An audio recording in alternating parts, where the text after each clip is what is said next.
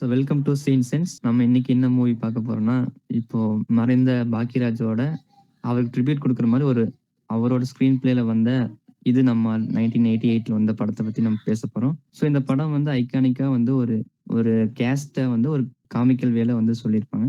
But இத பத்தி நம்ம இன்னும் நெறைய டிஸ்கஷன் பண்ணலாம். ஸோ இதே மாரி நெறைய வீடியோ நீங்க பார்க்கணும்னு நெனச்சீங்கன்னா, நெறைய வீடியோஸ் நாங்க போட்டிருக்கோம். நீங்க லைக், ஷேர் அண்ட் சப்ஸ்கிரைப் பண்ணிட்டு இந்த வீடியோ பாருங்க.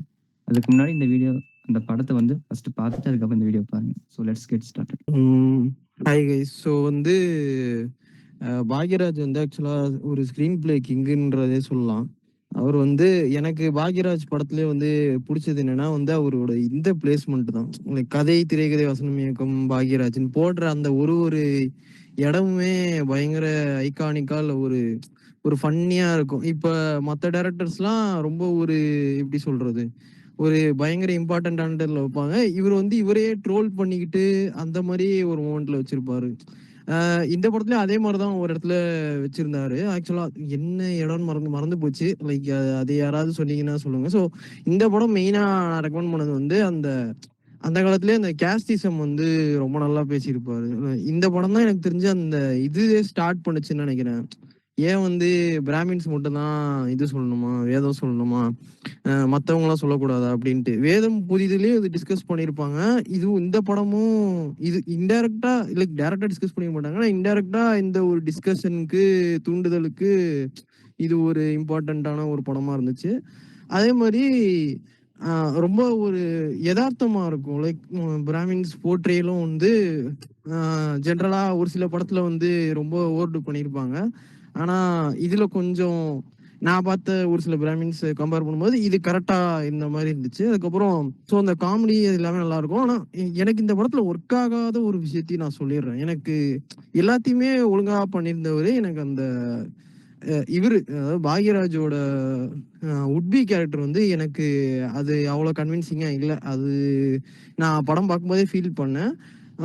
ஏன்னா வந்து அவர் வந்து இவங்க சம்மதத்தை வாங்கணும் அப்படின்னு சொல்லிட்டு நியாயமா போகணும்னு பார்ப்பாங்க. ஆனா செகண்ட் ஹாஃப்ல வந்து அவங்க வந்து இவருக்கு ஆப்போசிட்டாவே செயல்பட்டுட்டு இருப்பாங்க. இந்த மாதிரி எப்படியாவது இவங்களோட குழந்தை பெத்துணுன்ற அந்த ஒரு ட்ராக்ல போயிட்டு இருந்துச்சு. அந்த ட்ராக் எனக்கு ஒர்க் ஆகல. ஸோ மற்றபடி அந்த கிளைமேக்ஸ் அது எல்லாமே சொல்ல வந்த மெசேஜ் சூப்பரா சொல்லியிருப்பாங்க.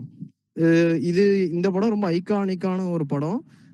நான் ஆக்சுவலா ஃபியூ பாக்யராஜ் படம் தான் பார்த்துருக்கேன். அதுல எனக்கு இந்த படம் ரொம்ப பிடிக்கும்ன்றதுனால இது ரெக்கமெண்ட் பண்ணேன். ஸோ நீங்க கண்டினியூ பண்ண டிஸ்கஷன். இது வந்து பாக்யராஜோட ஒன் ஆஃப் த கிளாசிக்கல் ஃபிலிம்ஸ்னு சொல்லலாம். காரணம் என்னன்னா இந்த படத்துல அதான் பாக்யராஜை பொறுத்த வரைக்கும் அவர் வந்து ஒரு விஷயத்த ரொம்ப ஸ்ட்ராங்கா ஃபாலோ பண்ற ஒரு ஆள். அதாவது என்ன சொல்றோங்கிறத விட எப்படி சொல்றோம் அப்படிங்கறதுலதான் பாக்யராஜ் வந்து ரொம்ப கான்சன்ட்ரேட் பண்ற ஒரு ஆள். நீ என்ன கதை வேணாலும் நம்ம எடுக்கலாம், அது ஒரு மேட்டரே கிடையாது. ஆனா அதை எப்படி சொல்றோங்கிறதுலதான் விஷயமே இருக்கு. அது போய் சேர்ற விதத்துலதான் அது இருக்கணும் அப்படிங்கிற மாதிரியான ஒரு ஆளு. ஸோ அதனால அவருடைய கதைகள்லாம் வந்து பார்த்தீங்கன்னா ரொம்ப என்ன சொல்றது, இன்டென்சிவாலாம் இருக்காது. அவர் ஹீஸ் அ கமர்ஷியல் ரைட்டர், ஒரு கமர்ஷியல் படம் எடுக்கிற ஒரு ரைட்டர் தான். பட் அதை வந்து ரொம்ப ரொம்ப நேர்த்தியா செஞ்சிருக்காரு. ஸோ அதுதான் வந்து பாத்தீங்கன்னா அவருக்கு இன்னைக்கு நம்ம அவரை பத்தி பேசுறதுக்கான இதா இருந்திருக்கு. ஸோ இந்த படத்துல ரொம்ப சீரியஸான டாபிக் தான் எடுத்திருக்காரு. பட் ஆனா அந்த சீரியஸ்னஸ் வந்து பாத்தீங்கன்னா படத்துல இருக்கும். பட் அதை வந்து ஹேண்டில் பண்ண விதம் ரொம்ப லைட்டா ஹேண்டில் பண்ணியிருப்பாரு. ஸோ அது வந்து பாத்தீங்கன்னா அந்த கேஸ்ட் இஷ்யூஸ், அந்த பிராமின்ஸுக்கும் மற்ற இதுக்கும் இருக்கிற அந்த கேஸ்ட் இஷ்யூவை தான் டிஸ்கஸ் பண்ணியிருப்பாரு. எனக்கு தெரிஞ்சு இவ்வளவு சட்டையரிங்கா ஒரு படத்தை பாக்யராஜால மட்டும்தான் எடுக்க முடியும் அப்படிங்கிறது என்னுடைய ஃபீல். அண்ட் தென் இந்த படத்துல ஸ்கிரீன் பிளேவா எனக்கு பிடிச்ச விஷயம் என்னன்னா, படத்துல வந்து பாத்தீங்கன்னா இப்போ ஒரு செட்டப்னு ஒண்ணு பண்ணணும். ஸ்கிரீன் பிளேல ஹீரோ யாரு, அவனோட பேக்ரவுண்ட் என்ன, அவன் என்ன மாதிரியான இது பண்றான் அப்படிங்கறத வந்து பாத்தீங்கன்னா ஜஸ்ட் படம் ஆரம்பிச்ச உடனேவே வந்து பாத்தீங்கன்னா ஒரு ஹோட்டல்ல சாப்பிட வர்றாங்க, ஒருத்தர் பணம் கொடுக்குறாங்க, சாப்பிட்டதுக்கு பில்லு கொடுத்துட்டு பணம் கொடுத்துட்டு போறாங்க. அடுத்தது பார்த்தா பில்லு வருது, பில்லுக்கு அது பணத்துக்கு பதிலா வாட்ச் வருது. என்னன்னு பார்த்தா ஹீரோ நிக்கிறாரு அந்த இடத்துல.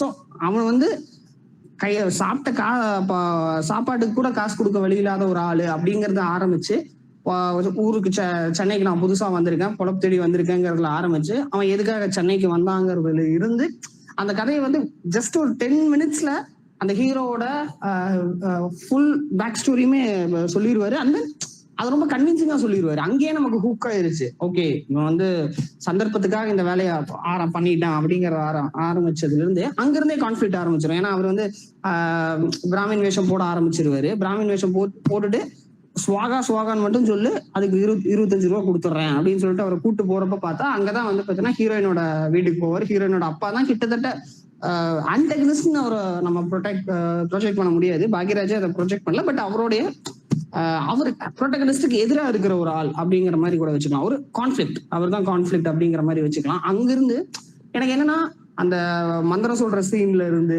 அதுக்கப்புறம் அந்த மீனை கையில எடுக்கிற சீன்ல இருந்து, இப்படி ஒவ்வொரு இடத்துலயா ஓகே மாட்டிப்பாரா அப்படிங்கிற அந்த ஒரு டென்ஷனை படத்துல கொஞ்சம் கொஞ்சமா கிரியேட் பண்ணிட்டே இருக்காரு. இப்போ ஃபர்ஸ்ட் ஹாஃப்ல வந்து பாத்தீங்கன்னா அவர் பிராமின் இல்ல, ஆனா அவர் பிராமின்னு நினைச்சு ஹீரோயினோட அப்பா அவரோட வீட்டுல தங்க வச்சுக்கிறாரு. ஒரு கட்டத்துல பொண்ணையே கொடுக்குற அளவுக்கு போயிடுறாரு. ஆனா அவர் பிராமின்ஸ் கூட மட்டும்தான் அந்த மாதிரி சகஜமா போடுவாரு. நான் பிராமின்ஸ் கிட்ட எல்லாம் அவர் அந்த அளவுக்கு சரியா பழகாத ஒரு ஆளு. சரி, இது எப்படி கொண்டு போக போறாரு? கடைசி கிளைமேக்ஸ்ல தான் அவர் இந்த இடத்துல ஓபன் பண்ணுவாரு அப்படின்னு பார்த்தோம்னா இன்டர்வெல்லே ஓபன் பண்ணிடுறாரு. ஓகே, இன்டர்வெல்லே பிரச்சனை இதாயிடுது. சோ இதுக்கப்புறம் இந்த கதையை எப்படி கொண்டு போக போறாரு அப்படின்னு பார்த்தோம்னா தான் அது வந்து இன்னும் இன்ட்ரெஸ்டிங்கா கதை மாறுது. அதுக்கப்புறம் ஹீரோயினுக்கு வந்து பாத்தீங்கன்னா ஹீரோயின் வந்து கல்யாணம் நடந்துரும். கல்யாணம் நடந்ததுக்கு அப்புறம் ஹீரோயினோட அப்பாவுக்கு தெரிய வரும், இவன் பிராமின் இல்ல அப்படின்னு, இவன் என்ன ஏமாத்திட்டான் அப்படின்னு சொல்லிட்டு. அதுக்கப்புறம் அங்க ஒரு கான்ஃபிளிக்ட் கிரியேட் பண்ணுவாரு. பொண்ணு வந்து பாத்தீங்கன்னா அப்பாவை எதிர்த்துக்கிட்டு இது வருது. ஸோ அது கதையா இதுதான் இருக்கும். ஸோ எனக்கு என்னன்னா இது வந்து பாத்தீங்கன்னா இந்த கதையில வந்து பாத்தீங்கன்னா ரொம்பலாம் ஒரு செட்டப்புக்கெல்லாம் டைமே எடுத்துக்கல. ஜஸ்ட் ஒரு 10 minutesல வந்து பாத்தீங்கன்னா இந்த படத்துல செட்டப் அப்புறம் இதுதான் கதை. ஹீரோ இவன் தான், ஹீரோக்கு ஆப்போசிட்டா வரப்போற கான்ஃபிளிக்ஸ் இதுதான். ஸோ இதுதான் கதை அப்படிங்கறத ஒரு 20 minutesக்குள்ள முடிச்சு கொண்டு வந்து கதைக்குள்ள என்டர் ஆயிட்டாரு. உள்ள வந்து அதுக்கப்புறம் நடக்கிற அந்த லூட்டி அது ரொம்ப எமோஷனலாகவும் சரி, ஒரு சட்டையரிங்காகவும் சரி, அதை ஹேண்டில் பண்ற விதம் எல்லாம் வந்து பாத்தீங்கன்னா ரொம்ப இம்ப்ரெசிவா இருந்தது. ஆனா இதை விட பெட்டரான பிலிம்ஸ் பாக்யராஜ் கெரியர்ல இருக்கு. முந்தானை முடிச்சு, இன்று போய் நாளைவாலாம் ஒன் ஆஃப் அதாவது கண்ணால் எத்துட்டிங் ஆசையோட ஒரிஜினல் ஸ்கிரிப்ட், அது எனக்கு ரொம்ப பிடிச்ச படம். அவரோட கெரியர் மொத்தமா அவரோட பிலிமோகிராஃபிலே ரொம்ப பிடிச்ச படம் இன்று போய் நாளைவா தான். பட் அதை கம்பேர் பண்றப்போ இந்த படத்துல எனக்கு அந்த அளவுக்கு இன்ட்ரெஸ்டிங்கா போகுது. எந்த இடத்துலயும் வந்து பாத்தீங்கன்னா நம்மள சோர்வுடைய விறுவிறுன்னு இவருடைய படங்கள் இருக்காது. இன்ட்ரெஸ்டா இருக்கும். அடுத்த என்ன சீக்வன்ஸ் எல்லாம் நடத்த மாட்டாரு. இந்த சீக்வன்ஸும் எவ்வளவு இன்ட்ரெஸ்டிங்கா ஹியூமரா எமோஷனல்ஸா வச்சு பேக் பண்ணி பண்ணலாங்கிறது தான் அவருடைய வே ஆஃப் ஸ்கிரீன் பிளேவா இருக்கும். ஸோ அதை வந்து இந்த படத்துல பண்ணியிருப்பாரு. பட் எனக்கு வந்து அவருடைய எல்லா பிலிம்ஸ்லயும் பார்த்தோம்னா இன்று போய் நாளைவா தான் எனக்கு ரொம்ப பிடிச்ச படம். ஏன்னா அதுல அந்த அப்ரோச்சே வந்து பாத்தீங்கன்னா சூப்பரா இருக்கும். ஒரு பொண்ணை காதலிக்கிறதுக்கு 3 ஃப்ரெண்ட்ஸ் சண்டை போடுறாங்க அப்படிங்கறதே வந்து பாத்தீங்கன்னா ரொம்ப இம்ப்ரெசிவான வேலை அதை ஆரம்பிச்சிருப்பாரு. அந்த படம் அதுவும் சூப்பரான ஒரு படம். டைம் இருந்தா போய் பாருங்க. இந்த படம் நான் இதுக்கு முன்னாடி நான் நிறைய பாக்யராஜ் படம் பார்த்தது இல்ல. ஐ திங்க் ஒரு 2 படம் பார்த்திருக்கேன். ஒன்னத்துல வந்து பேரெல்லாம் எனக்கு ஞாபகம் இல்ல, ஊர்வசி இருப்பாங்க. இன்னொன்னுல வந்து சின்ன வீடுன்னு நினைக்கிற ஊர்வசியோட சிஸ்டரோ யாரோ அந்த சத்தியலீலாவதியில வர.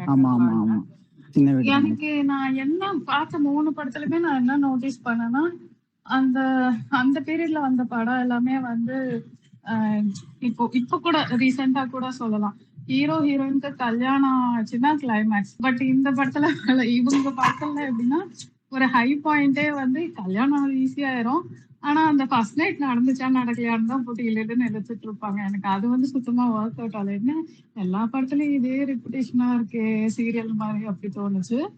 பட் இந்த பர்டிகுலர்லி இந்த மூவி இது நம்ம ஆளுல வந்து எனக்கு அந்த காமெடி எல்லாமே ரொம்ப பிடிச்சிருந்தது. அந்த ஃபிஷ் அந்த மீன்காரங்க கிட்ட அவர் போய் ஹெல்ப் பண்றது. அப்புறம் இன்னொன்னு எனக்கு ரொம்ப பிடிச்ச பாயிண்ட் வந்து அந்த அப்பா கேரக்டர் வந்து ஹீஸ் நாட் ஈவில் ஆர் ரொம்ப வந்து அவரை கெட்டவரா காட்டவே இல்லை எந்த ஒரு சீன்லயுமே.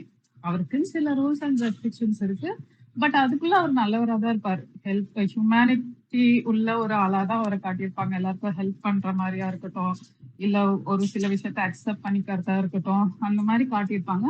பட் இந்த கேஸ்ட்ன்னு வரும்போது மட்டும் அவர் வந்து ரொம்ப தேவையில்லாம ரூல்ஸ் போட்டு பண்ற ஆளா அப்படி காட்டியிருப்பாங்க. ஸோ அது எனக்கு பிடிச்சிருந்தது. ஒரு கேஸ்ட் உள்ள ஆளுன்னொடனே அவனை ரொம்ப வக்கர புத்தியாவோ இல்ல ரொம்ப ஈவிலாவோ காட்டாம எல்லாரும் மாதிரி நானும் ஒருத்தன், பட் எனக்குன்னு சில கட்டுப்பாடுகள் இருக்குன்னு சொன்னது வந்து நியூட்ரலா இருந்துச்சு. அதே மாதிரி ரொம்ப ரெஸ்பெக்ட்ஃபுல்லாவும் காட்டியிருப்பாங்க. ஹீரோ எந்த கட்டத்துலயுமே அவரை வந்து ஒரு வில்லனா பாத்துக்க மாட்டாங்க. கடைசி சீன்ல கூட நான் அவங்கள அப்பாவா தான் பார்த்தேன் அப்படி சொல்லுவாங்க. சோ அதெல்லாமே நல்லா இருந்தது. எனக்கு அந்த காமெடி, அந்த அடல்ட் காமெடி எனக்கு ஒர்க் அவுட் ஆகல. மேபி அது பழைய படம்ன்றதுனாலயா இல்ல நான் அந்த மாதிரி ஸ்டைல் ஆஃப் இது நிறைய பார்த்தது இல்லைங்கிறதுனாலயா என்னன்னு தெரியல. எனக்கு அது ரொம்ப ஒர்க் அவுட் ஆகல. கொஞ்சம் டிமீனிங்காவோ இல்ல அந்த ஹீரோயினுக்கு ரொம்ப கொஞ்சம் ரெஸ்பெக்ட்ஃபுல்லா இல்லாத மாதிரியோ எனக்கு தோணுச்சு. மேபி இப்போ நான் ரொம்ப அந்த படம் வந்ததுக்கும் இதுக்கும் ஒரு 3 டிகேட்ஸ் இருக்கு. ஸோ மேபி அதனால 3 decades I think almost 4 decades இருக்கு. ஸோ அதனால எனக்கு இப்போ பார்க்கறதுக்கு அப்படி தோணி இருக்கு. Maybe back then revolutionary or you know அப்ப அது மேபி ரிபெலியஸாவோ இல்ல ஒரு நிறைய நான் இதெல்லாம் ஒரு சில வீடியோஸ் எல்லாம் ஷேர் பண்ணியிருந்தாங்க. அதெல்லாம் பார்த்தேன். அவர் அந்த காலத்துல செக்ஸ் எஜுகேஷன் அப்படி இப்படி சொல்லிட்டு ஒரு அதை எஜுகேட்டிவா பார்த்திருக்காங்கன்னும் போது எனக்கு ஆச்சரியமா இருந்துச்சு. Maybe back then it would have worked out or it was justified. இப்போ எனக்கு ஒர்க் அவுட் ஆகல. இன்னொன்னு மத்தவங்க எல்லாம் மென்ஷன் பண்ண மாதிரி இது இவ்வளவு சீரியஸ் டாபிக்கா இருந்தாலுமே அதுவும் வேதம் புதிது வந்த உடனே தான் இதுவும் ரிலீஸ் ஆயிருக்கு.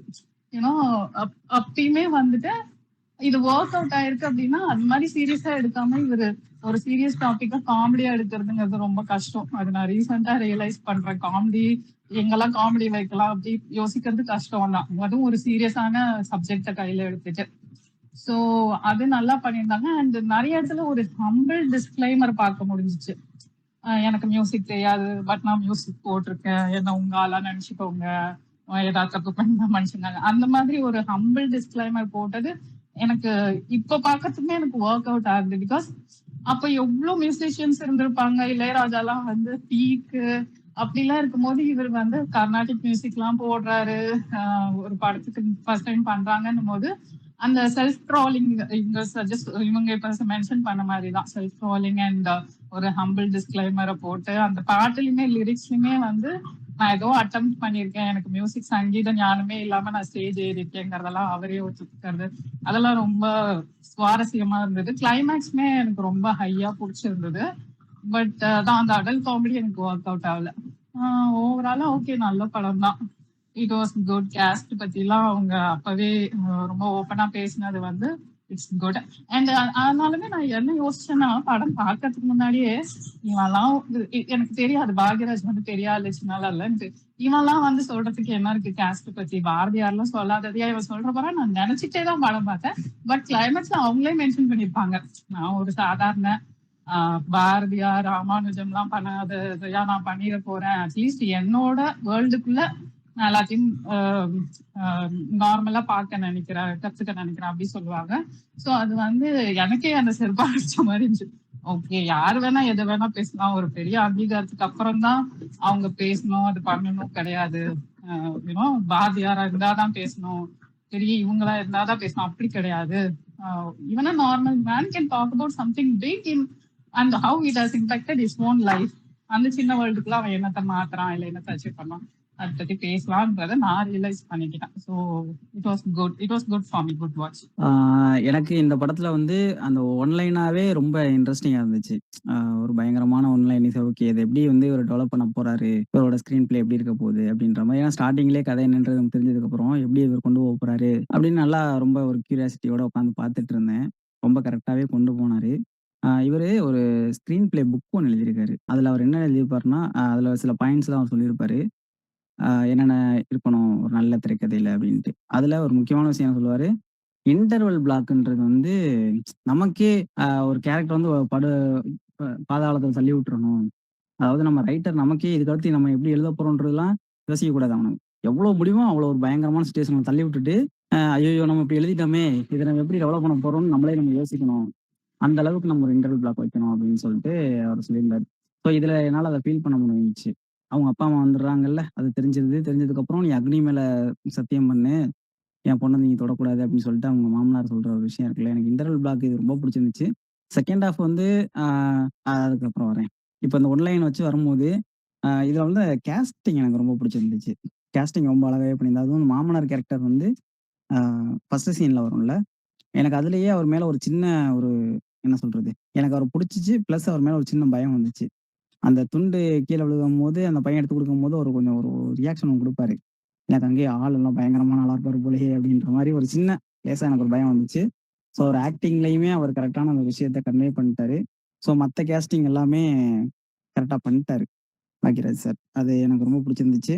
அதே மாதிரி இவங்க சொன்ன மாதிரி தான் அந்த கேரக்டர் வந்து அவருக்குள்ள ஒரு நல்ல பண்புகள் இருக்கு, நல்ல ஹெல்ப் பண்ணணுன்ற தாட்லாம் இருக்கு. ஆனா அவரோட முன்னோர்கள், வேதங்கள் சொல்லிக் குடுத்ததுன்ற அடிப்படையில லோ கேஸ்ட் அவங்கலாம் தீண்டத்தகாதவங்க, அவங்க தொட்டத நம்ம தொடக்கூடாது அப்படின்ற மாரியான சில விஷயங்களுக்குள்ள போறாரு. ஸோ அதனால தான் அவர் வந்து எல்லா ஹெல்ப் பண்ணாலுமே அந்த சின்ன பையன் வந்து எடுத்து குடுக்கும்போது, "அத நீயே வச்சுக்கோ" அப்படின்னு சொல்லிட்டு போறது. இதே இது பாக்யராஜ். ஸோ இவங்க ஆளு அப்படின்னு சொல்லிட்டு வரும்போது, இவருக்கு பதிலா சாப்பாடு போடும்போது அந்த இலையில உட்கார்ற இடத்துல நீயே உட்காந்துக்கோன்னு சொல்ற வரைக்கும் பார்க்கும்போது, ஓகே அப்ப அவங்க ஆளுகள்னா அத பண்ணலாம். வெளி ஆட்கள் லோ கேஸ்ட் அப்படின்னா அத தொடக்கூடாதுன்றது அவங்க சொல்லிக் குடுத்தத தான் அவர் பண்றாரு. அவர் தான் அந்த கிளைமாக்ஸ்லயும் அவர் அதான் சொல்லுவாரு. எனக்கு அதுலருந்து வெளிய வர முடியல அப்படின்ற மாரி ஒரு விஷயம் சொல்லுவாரு. ஸோ அந்த கேரக்டர் வந்து எங்கேயுமே டவுன் ஆகாம அந்த கேரக்டர் என்ன பண்ணுமோ அத கரெக்ட்டா பண்ண வச்சிருக்காரு. ஏன்னா செகண்ட் ஹாஃப்ல பார்த்தீங்கன்னா, நெறைய சீன்ஸ் வரும். அவர் வந்து நெறைய இடத்துல அ மக்கள் யோசிப்பாங்க. "ஏன்டா அவன் இவ்வளவு பண்ணியும் நீ மனசு மாற மாட்டேங்கிறியேய்யா! மனசு மாறியா?" அப்படின்ற மாரி எல்லாரும் நெனைக்கிற மாரி நெறைய சீன் வைப்பாரு. இந்த சீன்ல மாறிருவாரா? நம்ம ரைட்டரா நமக்கு தெரியும். இந்த சீன்ல அவர் மாற மாட்டாரு. ஏன்னா இப்ப தான் செகண்ட் ஹாஃப் ஆரம்பிச்சிருக்கு. ஸோ இங்க மாறக்கூடாது, இங்க மாறக்கூடாது. இந்த சீன்ல ஏன் அவ்வளோ ஸ்ட்ராங்கா இல்ல அப்படின்னு ஒவ்வொண்ணா நமக்கு வருது. ஆனா காமன் ஆடியன்ஸ பொறுத்தவரைக்கும் பார்க்கும்போது, "இப்பவாச்சும் மனசு மாறுவியாயா? மனசு மாறுவியாயா?" அப்படின்ற மாரி நெறைய சீன்ஸ் எழுதியிருந்தாரு. ஸோ எனக்கு அந்த சீன்ஸ் எல்லாமே ரொம்ப நல்லாவே எழுதியிருந்தாரு. ரொம்ப பிடிச்சிருந்துச்சு. செகண்ட் ஹாஃப்ல அவர் எடுத்துக்கிட்ட ஒரு விஷயம் ஸ்க்ரீன் பிளேல பார்த்தா, "என்ன என் பொண்ண நீ தொடக்கூடாது" அப்படின்னு சொல்லிட்டு போனதுக்கப்புறம், ஆ சரி ஓகே. மொத்தம் 3 விஷயம் இருக்கு. பாக்யராஜ் வந்து இவர் வீட்ல மருமகனா சேர்த்துக்கணும். பாக்யராஜும் அந்த ஹீரோயின் சேரணும். இப்போ ஃபர்ஸ்ட் வந்து இந்த பாக்யராஜையும் ஹீரோவும் ஹீரோயினையும் ஃபர்ஸ்ட் சேர்த்து வச்சுருவோம். அதுக்கு என்ன பண்ணலாம்னா, ஃபர்ஸ்ட் அவங்க 2 பேரும் அந்த பொண்ண வீட்ட விட்டு வெளிய வர வச்சுட்டு, இவங்க 2 பேரும் ஃபர்ஸ்ட் சேர வைப்போம். அப்புறம் இங்கருந்து கொஞ்சம் கொஞ்சமா டச்சுக்கு வச்சு, அப்புறம் அங்க கொண்டோய் சேர்க்க வைக்கலாம் அப்படின்ற மாரி ஒரு விஷயத்த எடுத்துட்டு போயிருந்தாரு. எனக்கு அந்த ஒரு விஷயத்த நான் நல்லா நோட் பண்ணி பார்த்தேன். இவரு இது செகண்ட் ஹாஃப்ல என்ன பயங்கரமா ஒண்ணு இன்டர்வல் பிளாக் வச்சிருக்காரே, எப்படி கொண்டு போப்பாரு, எப்படி முடிக்க போறாரு அப்படின்ற மாரி யோசிக்கும்போது, இந்த மாரி ஒரு விஷயத்த அவர் வந்து ஹேண்டில் பண்ணது எனக்கு ரொம்ப பிடிச்சிருந்துச்சு. ஓவராலா அவரோட மியூசிக்கும் சூப்பராவே பண்ணியிருந்தாரு. ஸோ ஓவரால் ரைட்டிங்லேருந்து, டைரக்ஷன்லேருந்து அ எல்லாமே நல்லா பண்ணியிருந்தாங்க. ஒரு நல்ல பேக்கேஜா இருந்துச்சு. ஓகே. டைரக்ஷன் அவர் பண்ணல. வேற ஆமா. யார் பண்ணது? டைரக்ஷன் அவர் பண்ணல தான். டைரக்ஷன்ன்றது ஏன்னா பட் இங்க மேற்பார்வை பார்த்திருக்காரு. பாக்யராஜ்ன்னு வரும்போது பாலகிருஷ்ணன். பாக்யராஜ் படங்கள் வரும்போது நம்ம அந்த டைரக்ஷன் வேற ஒருத்தர் பண்ணார்ல, அவர பத்தி பேசியிருக்க மாட்டோம். அதனால நான் அவர மென்ஷன் பண்ணேன். அவர் பேர் ஓகே. என்ன பாலகுமாரா? பாலகுமார். பாலகுமார் தான். ம். ஓவராலா வந்து எனக்கு படம் புடிச்சது. ஆனா எனக்கு இவங்க சொன்ன மாரி செகண்ட் ஹால்ஃப் எனக்கு வந்து அந்த அந்த டார்க் அந்த டபுள் மீனிங்கான காமெடி வந்து எனக்கு ஓகே. ஆனா அது எனக்கு இந்த சீனுக்கு செட் ஆகாத மாதிரி இருந்துச்சு. எனக்கு அது புடிக்கல. ஒரு கதை விட்டு வெளிய வந்த மாரியே இருந்துச்சு எனக்கு அந்த ஃபீல். ஃபர்ஸ்ட்டு அந்த கேரக்டரோட அந்த மாமனார் கேரக்டர் வந்து வில்லன் கிடையாது. அவனோட ஐடியாலஜி வந்து தப்பா இருக்கு. எல்லாமே கரெக்ட்டா நல்லது பண்றான், எல்லாமே பண்றான். ஆனா அவனோட ஐடியாலஜி ரொம்ப தப்பா இருக்கு. அத பேஸ் பண்ணி தான் இந்த படமே அவர் வந்து இல்ல அப்படி இல்ல. எல்லாருமே ஒரே ஆள் தான் அப்படின்னு புரிய வைக்க தான் இந்த படமே இருக்கிற மாரி எனக்கு ஃபீல் ஆச்சு. பாக்கியராஜோட படமே வந்து காமெடி தான் நம்ம மெயினா போய் பார்ப்போம். அவர் படம் இல்ல ஒரு டைமிங் காமெடி, அந்த சிச்சுவேஷனல் காமெடி எல்லாமே நல்லாருக்கு. ஆனா அந்த செகண்ட் ஹால்ஃப்ல அந்த அந்த அவங்களுக்கு வந்து இந்த அவங்க கூட சாந்தி முகூர்த்தம் நடந்தா தான் இது நடக்கும். அந்த மாரி ஒரு காமெடி ஒரு ப்ளே போகும். அது எனக்கு வந்து சுத்தமா செட் ஆகல. எனக்கு அது படத்த விட்டு வெளிய வந்த மாரியே இருந்துச்சு. பேசாம அது வேற மாரி ஏதோ கொண்டு போயிருக்கலாமோ! அப்படின்னு தோணுச்சு. கரெக்ட்டா இன்டர்வல் வரைக்கும் எல்லாமே நல்லா செட் பண்ணிட்டு, இன்டர்வலுக்கு அப்புறம் அது டோட்டலா மாறுன மாரி எனக்கு ஃபீல் ஆச்சு. அதே மாரி இதுல மியூசிக் நல்லா இருந்துச்சு. அவர் ஃபர்ஸ்ட் டைம் அட்டெண்ட் பண்ணாலுமே, அந்த மியூசிக் வந்து எப்படி ஃபர்ஸ்ட் டைம்னால இவ்ளோ இவ்ளோ கரெக்ட்டா அந்த கர்நாடிக் மியூசிக்கு, அப்புறம் அப்பப்போ அந்த ஒரு பாட்டு போட்டி வரும். அதுக்கு தகுந்த மாரி மியூசிக் மாத்துறது. அப்புறம் ஃபைட் வரும்போது ஃபைட்டுக்கு தகுந்த மாரி மியூசிக்கு. எப்படி ஒரு நான் இந்த ஆளான தாம்பரம் பாட்டுன்னு நான் இளையராஜா போட்டேன்னு நெனச்சு நான் இன்னி வரைக்கும் நெனச்சுட்டு இருந்தேன். இந்த படத்த பார்த்தப்ப தான் தெரியுது அது இவரு போட்டிருக்காருன்ட்டு. ஸோ இந்த மாரி அ நல்லா மியூசிக் நல்லா போட்டிருக்காரு. மியூசிக் பிளஸ் ஸ்க்ரீன் பிளே நல்லா இருந்துச்சு. அண்ட் செகண்ட் ஹாஃப் தவிர. அவ்வளோதான் என்னோட கருத்து. பொலிட்டிக்கலா நம்ம யோசிக்காம இது பண்ணோம்னா எனக்கு ஃபர்ஸ்ட் ஹாஃப் புடிச்சிருந்துச்சு. அது நல்லா எனக்கு காமெடி இந்த படத்துல த்ரூ அவுட்டாவே ஓரளவுக்கு அதாவது அந்த டபுள் மீனிங் அதெல்லாம் தவிர்த்துட்டு மத்த சில இடம் நல்லா இருக்கும். ஃபர்ஸ்ட் ஹாஃப்ல. அது எனக்கு புடிச்சிருந்துச்சு. ஃபர்ஸ்ட் ஹாஃப் எனக்கு நல்லாவே புடிச்சிருந்துச்சு ஓரளவுக்கு. ஏன்னா நான் வந்து மைண்ட் செட் பண்ணிட்டேன். பாக்கியராஜ் படம் அவரது இப்படி இருக்கும். பொலிட்டிக்கல் கரெக்ட்னஸ்லாம் நம்ம ரொம்ப பார்க்காம அப்படின்ற ஒரு மைண்ட் செட்ல நான் பார்த்தனால எனக்கு ஃபர்ஸ்ட் ஹாஃப் ரொம்ப பிடிச்சிருந்துச்சு. பட் செகண்ட் ஹாஃப் எனக்கு கொஞ்சம் அப்படியே கிளம்சியா நான் ஏன்னா அந்த ஃபர்ஸ்ட் ஹாஃப் வரைக்கும் போனதுக்கு அப்புறம் நம்ம இமேஜினேஷன்ல செகண்ட் ஹாஃப் நம்ம எப்படி எல்லாம் பண்ணுவோம். இதுல இவர் எப்படி பண்ணுவாருன்னு யோசிக்கிறப்போ நான் நினைச்ச மாதிரி போகாதனால அவர் வேற குழப்பமா இருந்துச்சு. எனக்கு கொஞ்சம் கன்ஃபியூசிங்கா மாத்தி மாத்தி அவரு பண்ணதுல எனக்கு செகண்ட் ஹாஃப் ஓரளவு ஓகே. பட் அது தவிர்த்துட்டு எனக்கு பெருசா எனக்கு இதுல அவரு இது பண்ற டபுள் மீனிங் மத்தது அது எதுவும் உடன்பாடு இல்ல. சோ அவ்வளவுதான். ஏன் எனக்கு டபுள் மீனிங் சொல்லும்போது தான் எனக்கு தோணுது. இப்பதான் அந்த கிளிப்பிங்ஸ் ஒண்ணு பார்த்தேன். முந்தானை முடிச்சுல அவரு முருகன் அன்னைக்கு சாப்பிட்டதுக்கப்புறம் நைட்டு அவர் பெட்ல தூங்கிட்டு இருப்பார். பெட்ஷீட் கவர் பண்ணி தூங்கிட்டு இருக்கும்போது குழந்தை அழுதுட்டு இருக்கும். ஊர்வசி சொல்லுவாங்க, "அந்த குழந்தைய கொஞ்சம் ஆட்டி விடலாம்ல" அப்படின்னு. இவர் வந்து எந்திரிக்க பார்த்துட்டு, "இல்ல, இல்ல நீனே வந்து ஆட்டி விடு" அப்படின்னு சொல்லும்போது, "ஏன் நீ வந்து ஆட்டி விட வேண்டியதுதானே?" ஊர்வசி சொல்லும்போது, அதெல்லாம் உனக்கு சொன்னா புரியாது. நீ ஆட்டி விடு, நீயே ஆட்டி விட்டுக்க. என்னால ஆட்டி விட முடியாது" அப்படின்னு சொல்லுவாரு. ஸோ என்னன்னா, எவ்வளோ அழகா அத ஹேண்டில் பண்ணியிருக்காரு பாருங்களேன். ராவா சொல்லாம புரிஞ்சுக்கிறவனும் புரிஞ்சுக்கட்டும் அப்படின்ற மாதிரி. எனக்கு இன்னைக்கு தான் அந்த காமெடியே முதல்ல புரியுது. இத்தன வருஷமா நான் பார்க்கும்போதெல்லாம் எனக்கு பெருசா புரிஞ்சது கிடையாது. எனக்கு இன்னைக்கு புரிஞ்சுச்சு. ஸோ அதனால ஒரு டபுள் மீனிங் எழுதும்போது எப்படி அத கன்வே பண்ணலாம் டயலாக்ஸ் கூட இல்லாம அப்படின்றது சொல்ல வரேன். இல்ல ஒரு பாயிண்ட் அதோட லீடா. ஸோ அது நீங்க இது வரைக்கும் பாக்யராஜ் படம் பார்த்தது இல்லாததுனால உங்களுக்கு அப்படி தோணுதோ என்னமோன்னு தெரியல. இல்ல அவரோட படங்கள்ல டபுள் மீனிங் காமெடிஸ் எல்லாம் இருக்கும், இல்லாமல்லாம் கிடையவே கிடையாது. ஸோ அது வந்து ஏன்னா நிறைய பேர் பிடிக்காத விஷயங்கிறது டபுள் மீனிங் தான் சொல்லிட்டு இருக்காங்க. மேபி நான் ஏர்லி அவருடைய எல்லா படங்களும் பெருசா பார்த்துட்டு தான் இருக்கேன். இன்று போய் நாளைவால பெருசா இருக்காது. பட் அவருடைய கிளாசிக்கல் ஃபிலிம்ஸ் எல்லாத்துலயுமே இது இருக்கும். அதனாலே சென்சார் போர்டு அவர் படத்துக்குலாம் பாத்தீங்கன்னா ஃபீமேல் பர்சன்ஸ் அதிகமா உள்ள விடுவாங்க இவரோட படம் பாக்குறதுக்கு. அது இவருடைய ட்ரேட்மார்க். இவர் முருங்கான்னு சொல்லிலாம் இப்போ முருங்கானாலே பாக்யராஜ் தான் அப்படிங்கிற மாதிரி அது அவருடைய ட்ரேட்மார்க். ஆமா, ட்ரேட்மார்க் தான் சொல்ல முடியும். பட் எல்லாத்துக்கும் ஒரே மாதிரி கருத்து இருக்கணும்னு எந்த அவசியம் இல்லை. பட் அது திரும்ப திரும்ப சொல்லிட்டே இருக்கிறதுனால மேபி இதுதான் ஃபர்ஸ்ட் நம்ம குரூப்ல நிறைய பேர் பாக்யராஜ் படம் பாக்குறாங்களோ என்னமோ தோணுது. பட் இந்த காரணமா வச்சுக்கிட்டு மற்ற படங்கள்லாம் யாரும் பார்க்காம விட வேண்டாம். அது பாருங்க. அது அவருடைய படம். அது மேபி உங்களுக்கு செட் ஆகாம இருக்கலாம். பட் அதை தாண்டி அவர் படத்துல ஸ்கிரீன் பிளேவா கத்துக்கிறதுக்கு நிறைய இருக்கு. ஸோ இதை ஒரு காரணமா வச்சுக்கிட்டு இந்த ஒரு படத்தோட யாரும் நிறுத்திட வேண்டாம். ஸோ அதுதான் நான் புரிஞ்சுக்கிற ஒரு ஹம்பிள் ரிக்வெஸ்ட். நம்ம ஃபில்ம் மேக்கரா இருக்கும், அடல்ட் ஃபில்ம் எடுக்கிற வரையும் படங்களையும் பார்த்து தான் ஆகணும். எனக்கு டபுள் மீனிங்னா என்னன்னு தெரியாத டயத்துல நான் பார்த்தது ப்ரோ அவரோட படங்கள்லாம். நான் இப்போ ரீசெண்டாக லாஸ்ட் ஒரு 10 இயர்ஸாக நான் மொபைல் ஒழுங்காக யூஸ் பண்ணுறதில்ல, படங்கள் ஒழுங்காக பார்க்கறது இல்லை. அதுக்கு முன்னாடி சின்ன வயசுல ஒரு 7வது 8வது படிக்கும்போது பார்த்தது தான். ஸோ அதனால எனக்கு அது டபுள் மீனிங்கிறது தெரியாமே பார்த்துருந்துருக்கலாம். ஸோ அதனால அவரோட படங்கள் நானும் வந்து பார்த்துருக்கேன். அதனால சொல்கிறேன். எனக்கு அதில் எதுவும் நோட்டபுளாக எதுவும் ஞாபகம் இல்லை டபுள் மீனிங்ட்டு. ஏன்னா டபுள் மீனிங்னா என்ன தெரியாம அப்போ பார்த்தது. ஓகே, நான் வந்து இந்த மூவி பார்த்தேன். நான் எண்டிங் வரைக்கும் பார்க்கல. I watch I think literally 3/4 movie பார்த்துருக்கேன். So what I liked about the movie, I'm only going to say things that I liked. I don't think particularly இப்போ நீங்கள் டபுள் மீனிங் பேசும்போது தான் நான் வந்தேன். So I mean of course there were a few instances and all of that, but I don't think அதை அவ்வளோ highlight பண்ண மாதிரி எனக்கு தோணல. ஏன்னா the things that I can derive, என்ன கற்றுக்கிறதுக்கு என்ன இருக்குது, that was kind of more important. அதை வச்சுட்டு தான் நான் இந்த மூவி பார்த்தேன். ஸோ எனக்கு ஸ்டார்டிங்லேருந்தே I don't know if this was covered, but I like the way he என்ன சொல்கிறது, some of the things he did in the initial part of the movie. So அதில் வந்து when they want to introduce this character, என்ன சொல்கிறது, I'll just tell little tidbits. நாங்கள் மூவிஸில் எல்லாம் they'll say no information கொடுக்கும்போது கொஞ்சம் உனக்கு தான் தெரியும், நான் வந்து வேலை இல்லாத, இது இல்லை அது இல்லை அப்படி இருக்கிறேன். லைக் இன்ஸ்டெட் ஆஃப் எக்ஸ்பிளைனிங் அது கொஞ்சம் you're telling another person and that person might already know. ஆனால் நீங்கள் சொல்லும்போது you're telling it for the benefit of the audience. ஆனால் அதை கேட்குறதுக்கு அந்த கான்வர்சேஷன் நேச்சுரலே இருக்காது. ஸோ அதெல்லாம் அவாய்ட் பண்ணுறதுக்கு அவங்க வந்து அவன் வந்து ஒரு ஷாப்குள்ளே போவா and the way they introduce that this character is poor, he goes and says நான் வந்து வேலை பண்ணுறேன். And then before he tells this story, he like gives his watch and then he says, இப்போ நான் கதை சொல்ல போகிறேன் என்னோட பேக்ரவுண்ட். He says தேவை இல்லை, and he opens and shows அவ்வளோ நிறைய வாட்சஸ் இருக்குது, எவ்ரிபடி ஸ்டோரி எனக்கு தெரியும், இதானே சொல்லிட்டு அது ரொம்ப நல்லா இருந்தது. இட் வாஸ் நாட் லைக் இந்த கேரக்டர் சொல்கிறது ஆனால் it is coming from the other இது. ஸோ அந்த இன்ஃபர்மேஷன் ஹேண்ட்லிங் எல்லாம் இதில் வந்து ரொம்ப நல்லா பண்ணியிருக்காங்க. I really like. நிறைய இப்படி குட்டி சீன்ஸ் இருக்குது வேர் generally what the director will so tell us like you only know this is my situation and you're telling it to the other person. Appadi illama they handled all the situations in terms of conflict or humor. So adha romba nalla panniranga idla.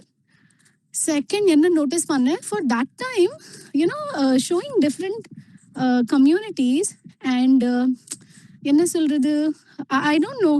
நான் நிறைய தமிழ் படத்துல வந்து English எப்படி like என்ன சொல்றது, they know this is going to go to all sorts of audience, tier 1, tier 2, tier 3. But the way அந்த என்ன சொல்றது, த விமன் இருக்கட்டும், மென் இருக்கட்டும், like the way the speaking in English எல்லாம் அந்த காலத்துக்கு I don't know if this is very normal, but அது ரொம்ப கொஞ்சம் டிஃப்ரெண்ட்டாக கொஞ்சம் ரிஃப்ரெஷிங்காக இருந்தது. லைக் நல்லா there like really not there speaking proper English. நல்லா இட் வாஸ் லைக் அந்த ஓல்ட் மேன், அந்த என்ன சொல்றது, பாக்யராஜோட ஃபாதர் இன் லா இருப்பார்ல, ஃபாதர் இன் லாவோட ஃபாதர், அவ கூட எவ்வளோ நல்லா like I don't no, I just found it very, இப்பெல்லாம் அப்படி எல்லா கேரக்டர்ஸ் சிமிலர் தான் இருப்பாங்க. ஆனால் இதில் வந்து if it is a particular culture or community or whatever, representing them well, அது கொஞ்சம் நல்லா இருந்தது எனக்கு பார்க்கறதுக்கு. But these are the little bits and bits, and of course one more thing which I really like and I think Bhagyaraj does this as a signature is his title card. The way he introduces, the point at which he introduces his title card கொஞ்சம் different-ஆ இருக்கும் than our usual way of showing the title cards. So idhiliyum I think he shows it in a particular, I think almost like 1/5 of the movie appromada, and the title card of his direction, music direction, this that irukum. So that is also very innovative and different. So adha screenwriting padikku these are the points that I actually noticed and observed. ஆனா எனக்கு தான் double மீனிங்ன்றது ரொம்ப நான் notice பண்ணலையோ அப்படின்னு தோணுது. எனக்கு double meaning இந்த படத்துல நிறைய இருக்குன்ற மாதிரி நோட் பண்ணவே இல்லை. நான் எனக்கு காதலே ஒழுங்கா அந்த ஏறல. ஹீரோயின் கேரக்டர் வந்து இப்படி எனக்கு அது பிடிக்கல. பட் அந்த சீன் ஒண்ணு இருக்கும், அந்த மாடு கட்டுற சீன், அதெல்லாம் ஓகே தான். அதெல்லாம் ஒரு சிரிக்கிற சீன் நல்லா இருந்துச்சு அது. நான் அந்த மாதிரி நடக்கிறதுக்கு அதெல்லாம் சினிமேட்டிக்கா மட்டும் தான் ஒர்க் ஆகும். ஒரே நேரத்துல எல்லாம் கத்துறது, அந்த பிளே தான் எனக்கு பிடிக்கல.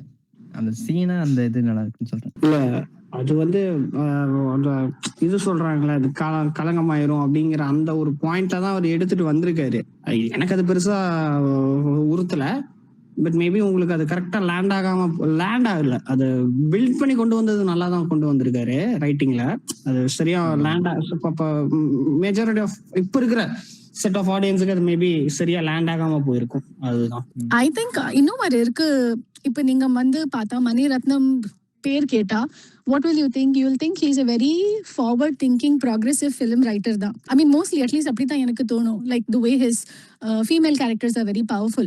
But அதே வந்து மௌன ராகம்ல எவ்வளவு loop holes or what do we say, எவ்வளவு இன்னைக்கு ஜெனரேஷன்ல அந்த மூவி பார்த்தா இதெல்லாம் இது கரெக்டா, the way he got married, அதெல்லாம் நாங்க question பண்றோம்ல. So I think at that time, to their level of understanding, to their progressive whatever thinking, to their society la enna how they're living, adile vandu despite being progressive, I think people still go wrong in certain things. I'm pretty sure naanga kude in our times ipo vandu we will make a stand which is very progressive, this and that, but somewhere we will also fall short for the next generation. So adu is an unavoidable thing. Yeah, correct. நம்மளுடைய மெச்சூரிட்டிக்கு குறிப்பா சொல்லணும்னா நம்ம இப்ப இருக்கிற நம்ம சொசைட்டியோட மெச்சூரிட்டிக்கு நம்ம கரெக்டா இருக்கும். அது மேபி அது கரெக்ட் இல்ல, அது கரெக்ட்டோட கொஞ்சம் பெட்டரா இருக்கும். ஆனா but we will fall short. ஆமா கண்டிப்பா நெக்ஸ்ட் ஜெனரேஷன்ஸ்க்கு நம்ம பூமரா தான் தெரியும். இல்ல நம்மளோட முடிவுகள் எல்லாமே தப்பா தான் தெரியும். என்ன இவ்ளோ டம்மா இருந்திருக்காங்க இவங்க அப்படின்னு அவங்க நினைப்பாங்க. Correct, exactly. Something will fall, so that we have to kind of just kind of accept it. And also when you're watching a movie of Bhagyaraj's time or whoever's time, we have to give a little bit of allowance that it is from a different time period, and for that period if they've been progressive, some of the things which are still relevant today, still இன்னைக்கும் வந்து caste discrimination இதெல்லாம் இருக்கு, but he took a stand at that point of time. அதெல்லாம் நாங்க we should appreciate that. And then இவங்க காயத்ரி அவங்க ஒரு point சொல்லியிருந்தாங்க, இது என்னது எல்லா கல்யாணம் நடக்குமா நடக்காதா அப்படிங்கிற பாயிண்ட்ல தான் படம் போகும். இது வந்து ஃபர்ஸ்ட் நைட் நடக்குமா நடக்காதாங்கிறதுல போகுது. இதைத்தான் சீரியல்லையும் பண்ணிட்டு இருக்காங்க அப்படிங்கிற மாதிரி இருக்குல்ல. ஆக்சுவலி பண்ணிட்டு இருக்காங்க அந்த டைம் ஆஃப் செட் ஆஃப் அந்த டைம்ல இருந்த பிரைம் ஆடியன்ஸே பாத்தீங்கன்னா இது எல்லாமே ஜெனரேஷன் கேப்ஸ் தான். சரி தப்புன்னு நான் எதுவும் சொல்ல வரல, ஜெனரேஷன்ஸ்க்காக தான். ஏன்னா அந்த டைம்ல இந்த படம் வர்றப்ப முந்தானை முடிச்செல்லாம் வந்துருச்சான்னு எனக்கு கரெக்டா ஞாபகம் இல்ல. முந்தானை முடிச்செல்லாம் குடும்பமா பாக்யராஜோட படம் நீங்க சொன்ன அந்த அப்புறமா இது வந்திருக்கும். ஆமாமா, அதெல்லாம் குடும்பமா போய் படம் பார்த்தாங்க. லேடிஸ் ஃபேன்ஸ் எல்லாம் பாக்யராஜுக்கு பிச்சிருச்சு. ஒரு என்னன்னா ஒரு அம்மா குழந்தைய கூட்டிட்டு படத்துக்கு போய் குழந்தைங்க அந்த கூட்ட நெரிசல்ல இறந்தே போச்சுங்கிற ரேஞ்சுக்கு அந்த ரேஞ்சில கிரேஸ் இருந்தது ஃபேமிலி ஆடியன்ஸுக்கு. ஸோ அன்னைக்கு இருக்கிற செட் ஆஃப் இதுக்கு வந்து பார்த்தோன்னா ஃபேமிலி ஆடியன்ஸை உள்ள இழுக்கணும் அப்படிங்கிறது தான் அவங்களுடைய டார்கெட்டா இருந்தது. ஸோ அந்த பேசிஸ்ல தான் அவர் கதை பண்ண ஆரம்பிச்சாரு. ஸோ அதை தான் சீரியல்ஸ் வந்து இப்போ இருக்கிற டைமுக்கு அவங்க எடுத்துக்கிட்டாங்க. ஓகே, இது ஏன்னா இது பண்ணி பண்ணி பண்ணி பண்ணி அறத பழசாயிருச்சு. இன்னைக்கு யாராச்சும் இப்படி ஒரு படம் எடுத்தாங்கன்னா இந்த படம் ஓடாது. ஸோ அதை வந்து சீரியல்ஸ் எடுத்துட்டாங்க. இன்னைக்கு நீங்க பாக்குற முக்காவாசியான சீரியல்ஸ் இந்த கதை பாக்யராஜ் பண்ணதை விட மட்டமான இதுல தான் பண்ணிட்டு இருக்காங்க சீரியல்ஸ். ஸோ அந்த ரேஞ்சில தான் அவங்க இதை நான் மட்டன் நான் சொல்ல வரல, பட் இது பிடிக்கலன்னு சொல்ல வர்றவங்களுக்கு நான் சொல்றேன். நீங்க கரண்ட் சீரியல்ஸ் எல்லாம் போய் பாத்தீங்கன்னா ஒரே அளவும் இருக்காது, அந்த ரேஞ்சில அவங்க பண்ணிட்டு இருப்பாங்க. ஸோ இது அதான் அகைன் இது இந்த பாயிண்ட்ஸ் எல்லாம் எதுல வருதுன்னா ஜென்ரேஷன் கேப்ஸ். அந்த ஜென்ரேஷன் தான் அன்னைக்கு இருந்த ஜென்ரேஷனுக்கு அவர் ஒண்ணு பண்ணியிருக்காரு, அன்னைக்கு இருக்கிற செட் ஆஃப் ஆடியன்ஸுக்கு ஒண்ணு பண்ணியிருக்காரு. அது மேபி நமக்கு ஆடா தெரியறதுக்கு வாய்ப்புகள் நிறைய இருக்கு. அது தப்பு கிடையாது, பட் அது இதை நம்ம பார்க்கலாம். இவங்க 2 பேரும் லவ் பண்றாங்க, இவங்க சேருவாங்களா மாட்டாங்களான்னு கிளைமேக்ஸ் வரைக்கும் கொண்டு போயிருந்தா ரொம்ப இழுக்கிற மாதிரி மேபி இருக்கிற மாதிரி இருக்கும். ஆமா, டப்புன்னு முடிச்சிட்டாரு அதை. ஒரு 2 செகண்ட், ஒரு 15 to 10 minutes அவ்வளவுதான். அதுக்கு மேல அது கிடையவே கிடையாது. அதுக்கப்புறம் அடுத்த இதுக்கு போயிட்டாரு, அடுத்த இடத்துக்கு போகுது கதை. ஸோ ஒரே இடத்துல கதை தேங்கி நிக்கல, அடுத்து போகுது. ஸோ அது ரொம்ப இன்ட்ரெஸ்டிங்கா இருந்தது. இந்த படம் ஒரு 28 இயர்ஸ் அதுக்கப்புறமா நம்ம இந்த படத்தை பார்த்து இந்த படத்தை பேசுறது பெரிய விஷயமா இருக்கு. நம்ம எடுக்கிற படமெல்லாம் இத்தனை வருஷம் கழிச்சு பேசுவாங்களா அப்படிங்கிறது டவுட்ஃபுல். பட் இதை நான் பெருசா எடுத்துக்கிறேன். பாக்யராஜ் சாரோட படங்கள்ல வந்து பாத்தீங்கன்னா மோஸ்ட் ஆஃப் ஆல் வந்து லொகேஷன்ஸ் ரொம்ப ஷார்ட்டா கம்மியா இருக்கும். அந்த லொகேஷன் கூட படத்துக்காக ஏதோ பண்ண மாதிரி எல்லாம் இருக்காது. ஒரு தெரு இருக்கும், கோவில், குளம், அப்புறம் ஒரு குடிசை வீடு, இல்லை சின்ன வீடு, ஸ்கூலு, அப்படி அந்தந்த லொக்கேஷன்ஸ்லயே ஷூட் பண்ற மாதிரி ஐடியாலாம் வச்சிருப்பேன். நிறைய படங்கள் அந்த மாதிரி தான் பார்த்துருக்கோம். ஸோ இந்த படத்துலையும் பார்க்க முடிஞ்சது. மோஸ்ட் ஆஃப் ஆல் வந்து டே டைம்ல தான் இவரோட மோஸ்ட் ஆஃப் ஆல் படங்கள்ல நான் பார்த்தது டே டைம்ல தான் இவரோடது இருந்திருக்கு. அதுல லைட்டிங்லாம் ரொம்ப பெருசா யூஸ் பண்ணியிருப்பாங்கன்னு தெரியல. அந்த மாதிரி நம்ம லைட்டிங் வந்து ஜாஸ்தியா யூஸ் பண்ணது இல்லை. அழகா இதை சின்ன லொகேஷன்லயே இந்த படத்தை ரியலா ஷூட் பண்ற விதத்துல பண்ணியிருப்பாரு. அந்த விஷயங்கள்ல இவர்கிட்ட இருந்து கத்துக்க வேண்டியது நிறையவே இருக்கு. இவரோட ஸ்கிரீன் பிளேவை விளையாடுறதுல இவர் விட்டா வேற அந்த பீரியட்ல வேற யாரும் இல்லைன்னு தான் எனக்கு தோணுது. அதுவும் இவர் இந்த சீன்ல ஒரு முடிச்ச போட்டுட்டு அடுத்த சீன்ல சரி இந்த முடிச்ச அழுப்பாரு அப்படின்னு பார்த்தா வேற ஒரு லென்த்ல வந்து அந்த முடிச்ச அவுக்குற மாதிரியான ஒரு சீனை கிரியேட் பண்ணி வச்சிருப்பாரு. ஸோ ஸ்கிரீன் பிளேவா பார்த்தாலும் இந்த படம் வந்து நிறைய விஷயங்கள் நம்ம கத்துக்கலாம்.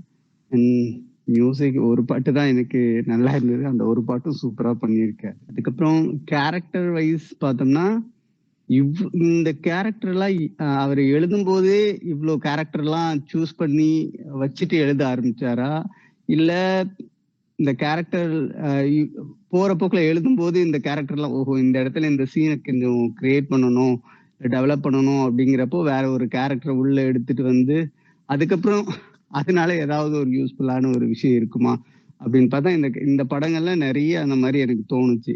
அந்த ஐயர் திருடுறது, கோவில் நகையை திருடுறது, ஒரு ஐயர் அந்த பசங்களை வந்து இந்த ட்ரெஸ்ஸை பார்த்து இது பண்ணினாதான் அந்த இடத்துல சேல் ஆகும் அப்படின்னு சொல்றதெல்லாம் அது அந்த கதைக்காக கொண்டு வந்ததா இல்ல அவரு எப்படி எழுதினாருன்னு தெரியல. அதெல்லாம் ரொம்ப ரொம்ப இன்ட்ரெஸ்டிங்கா இருந்தது இந்த படத்துல மட்டும் இல்ல, பாக்யராஜ் சாரோட அந்த படங்களை பார்த்தனாவே இந்த நக்கல் நையாண்டி இந்த மாதிரியான ஒரு விஷயத்துக்கு இவர் பேசுற அந்த டோனு வேற எந்த ஆக்டர்கிட்டையும் வரலன்னு தான் நினைக்கிறேன். டிஆர் எடுத்துக்கிட்டீங்கன்னாக்கா அவர் அந்த லென்த்தியான பேசுற டைலாக்ஸ், எதிரை மோனிலே சொல்ற அந்த பதில் சொல்ற அந்த ஒரு விதம், ஸோ இந்த மாதிரி யூனிக் அவர்கிட்ட இருக்கு அப்படின்னாக்கா இவர் அந்த பம்புற விஷயம், இந்த லெட்டர் இந்த கிஸ் அடிச்சுட்டு மாட்டிக்கும் போது அந்த பம்புற விஷயம், இந்த மாதிரியான ஒரு சின்ன யூனிக்கான விஷயங்கள் வந்து இவருக்கு இந்த கேரக்டருக்கு மட்டும்தான் செட் ஆகுதுன்னு எனக்கு தோணுது.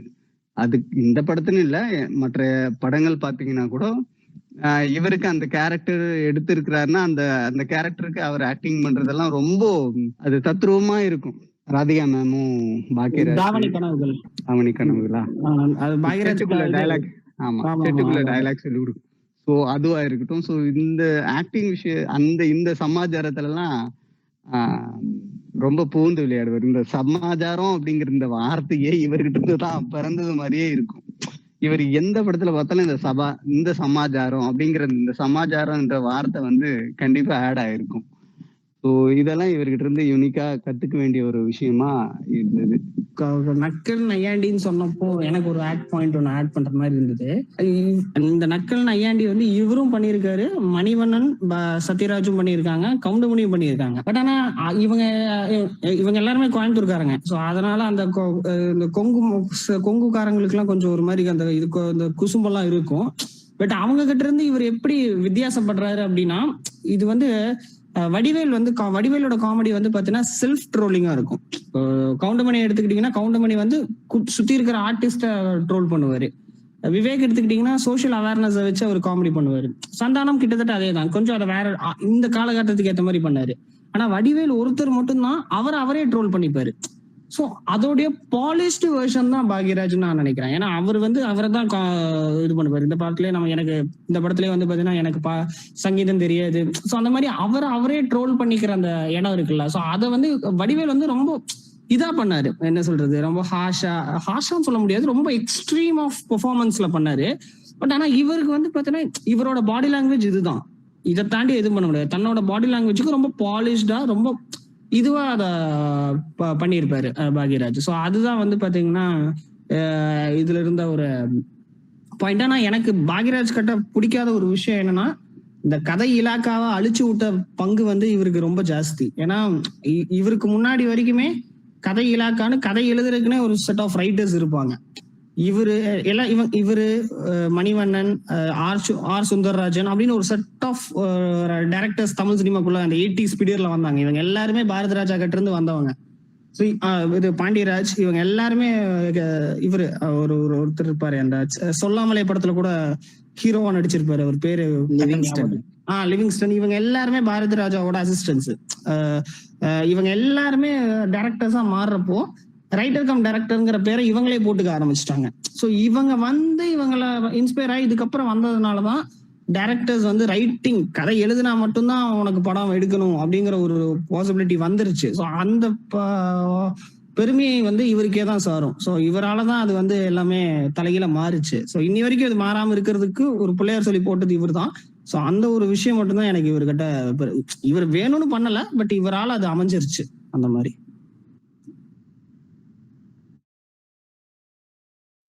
ஓகே, முடிச்சுக்கலாமா? ஒரே ஒரு பாயிண்ட் மட்டும் சொல்லிக்கிறேன் ப்ரோ. இவர் நடுவுல ஒரு வீடியோஸ் நீங்கள் பார்த்துருப்பீங்க. இப்ப பாக்யராஜ் சாரோட கிளிப்பிங்ஸ் தான் நிறைய வருது யூடியூப்ல. நாயகன் கிடையாது, தளபதி படத்துல அந்த கிளைமேக்ஸ்ல சூர்யாவோட கேரக்டர் விழுந்துருது அப்படின்னு சொல்லிட்டு ஒரு பாயிண்ட் ஒன்று சொல்லியிருப்பாரு. இவர் மம்முட்டி கலெக்டரை போய் நம்ம கொல்லணும் அப்படின்னு சொல்லும் போது இவர் உடனே தளபதி நம்ம சூர்யா ரஜினி சார் என்ன பண்ணுவாரு, இல்ல முடியாது, ஏன்னா என்னோட அண்ணன் அப்படின்னு சொல்லிட்டு அங்கேயே உடைச்சு அழுதுறாரு அப்படின்ட்டு. ஏன்னா அது அந்த இடத்துல பண்ணிக்க கூடாது அப்படின்னு சொல்லிட்டு பாக்யராஜ் சொல்றாரு. ஏன்னா அது ஸ்டார்டிங்ல இருந்து சொல்லுவான், எங்க அம்மா அப்ப நின்னாலும் எனக்கு எப்பவுமே தேவாதான் எனக்கு சாப்பாடு போட்டது எல்லாம் பண்ணது எல்லாமே, உயிர் உடம்பு எல்லாமே அவனுக்கு தான் அப்படின்னு சொல்லும் போது, இப்ப டக்குன்னு தேவா என்ன சொன்னாலும் செய்வேன் அப்படின்னு சொல்லும் போது, தேவா கலெக்டர் கொள்ளணும் அப்படின்னு சொல்லும் போது, நீ அவன் போயிருக்கணும் அந்த இடத்துல. அவன் போகாம இல்ல முடியாது அப்படின்னு சொல்றது அந்த இடத்துல கேரக்டர் விழுகுது. ஸோ தட் என்னன்னா அந்த இடத்துல அவன் போயிருக்கணும். அப்புறம் அவர் கதையை வேற மாதிரி மாத்தி சொன்னாரு. உங்க வீடியோல கிடைச்சா நான் அனுப்புறேன். ஸோ அந்த மாதிரி ஒரு கேரக்டர் என்ன அப்படின்றத கிளியரா நம்ம சொல்லிட்டோம் அப்படின்னா, அந்த கேரக்டர் அப்படியே கடைசி வரைக்கும் கொண்டு போயிட்டு அந்த கேரக்டரோட அந்த ஆர்க் கரெக்டா வரணும். இல்லை அந்த கேரக்டர் விழுகாம கரெக்டா அந்த கேரக்டர் அதோட கேரக்டர்ல கரெக்டா இருக்கணும். டக்குன்னு இப்ப மாறுறது அடுத்த சீன்ல வேற மாதிரி மாறுறதுன்னு இல்லாம இருக்கணும் அப்படின்றதுக்கு இவர்கிட்ட கொஞ்சம் ஸ்டடி பண்ண வேண்டிய விஷயங்கள் நிறைய இருக்கு. இந்த படத்துலயுமே நிறைய விஷயங்கள் இருக்கு. ஸோ அவரோட நிறைய படங்கள் பார்க்கும்போது நம்ம கத்துக்கலாம்னு நினைக்கிறேன். ஸோ அந்த ஒரு சின்ன விஷயம் மட்டும் இந்த ஷார்ட்ஸ்ல பார்த்தேன், அதனால ஷேர் பண்ணணும்னு தோணுச்சு.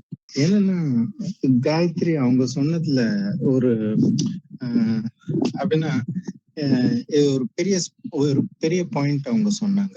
என்னன்னா அந்த காமெடி இருக்குல்ல, அந்த காமெடி ஆஸ் அன் ஆக்டரா நாங்க பண்ணும்போது என்ன ஆகும்னா எல்லா இமோஷன்ஸும் ரொம்ப ஈஸியா வந்துடும். மற்றதெல்லாம் எல்லாமே எப்படி வேணாலும் இழுத்துடலாம். இப்போ ஃபார் எக்ஸாம்பிள் ஆஸ் அ டைரக்டரா நீங்க ஒரு லொகேஷன் கொடுத்து 2 ஆக்டர் நீ இதுக்கு சண்டை போடு, நீ இதுக்கு சண்டை போடு. ஒரு சீன் கொடுத்துட்டேன்னா எங்களால சொந்தமா கொண்டு வர முடியும் லைன்ஸ். ஓகேங்களா? ஆனா காமெடின்ட்டு ஒண்ணு வந்துடுச்சுன்னா அந்த இடத்துல இன்டெலிஜென்ஸ் யூஸ் ஆகுது. ஆர்ட்டை தாண்டி ஆக்சுவலா ஆர்ட்ல என்ன ஆகும்னா ஒண்ணு ஆர்ட் இல்லைன்னா இன்டெலிஜென்ஸ். ஒரு இடத்துல டேர்ன் ஆஃப் பண்ணும். ரெண்டுமே அட் அ டைம்ல ஒர்க் ஆகாதுன்னு சொல்லுவாங்க. ஸோ இமோஷன்ஸ் இதெல்லாம் எல்லா இடத்துலயும் ஒரு பக்கம் கரெக்டா போனாலும் அந்த காமெடி இருக்குல்ல, அந்த காமெடி, அந்த ரைட்டிங், அந்த டைமிங், அது சொல்லுவாங்க என்னன்னா ஒரு கான்ஃபிளிக்ட், ஒருத்தர் இன்னொருத்தர் கூட சண்டை போடுறது அப்படின்னா பேசினேன்னா அதுதான் கான்ஃபிளிக்ட். பேய் இருக்கு, பேய் இல்லை, இப்படி பேசுறாங்க, இதுதான் கான்ஃபிளிக்ட். ஆனா பேய் இருக்கு, உன்னை பத்தி தானே பேசுறேன். சோ இந்த மாதிரி டான்ஜென்ட்டா ஒரு லைன் கொடுத்தாதான் அது காமெடியா மாறுது. புரியுதுங்களா? ஸோ ஆக்சுவலி வந்து அந்த காமெடி ரிட்டன்ல தான் அந்த இன்டெலிஜென்ஸ். ஸோ அதுதான் காயத்ரி மேம் சொல்லியிருந்தாங்க. So actually it resonated very well with me. So அதனால பாக்யராஜ் வந்து அவர் வந்து அந்த சட்டையர் வச்சார்ல, everything was like that intelligent. அப்படின்னா ஒரு விஷயத்து ஒரு ரொம்ப சென்சிட்டிவான ஒரு விஷயத்துக்கு ஆப்போசிட்டா எதிர்த்து பேசினேன்னா ஊர் நம்மள கொன்னுடும். So there is a saying, if you want to say truth, make sure people laugh at it, like make sure it's a comedy, இல்லைன்னா அடி வாங்குவேன். So that was also that. ஏன்னா அந்த டைம்ல எல்லாரும் சொல்ற மாதிரி it was a very big topic. இந்த மாதிரி எல்லாம் விஷயம் பேசுறது, everybody were playing safe. Bhagyaraj அவங்க மட்டும் தான் எல்லாத்துலயும் வந்து ஒரு ஒரு பெரிய இது இருந்தது. ஓகேங்களா? நம்ம பாக்கியராஜா படத்தை இது நம்மளை பத்தி பேசியிருக்கோம். அந்த படத்தை நிறைய பேத்துக்கு பிடிச்சிருக்கு, பிடிக்கல, அந்த செகண்ட் ஹாஃப் இருந்தாலுமே இவரோட படங்கள், நிறைய படங்கள் வந்து உங்க ஸ்க்ரீன் பிளேவை உங்களுக்கு வந்து நிறைய கற்றுக் கொடுக்குன்னு நான் நினைக்கிறேன். இந்த ஒரு படத்தை மட்டும் இல்லாமல் இவரோட படம் எல்லாத்தையும் எடுத்து பார்த்தீங்கன்னா உங்களுக்கு ஸ்க்ரீன் பிளேல எப்படி கொண்டு போகலாம்னு சொல்லி உங்களுக்கு ஒரு நல்ல ஐடியா கிடைக்கும்னு நினைக்கிறேன். ஸோ இதே மாதிரி நல்ல மூவி அனாலிசிஸோட உங்களை வந்து சந்திக்கிறேன்.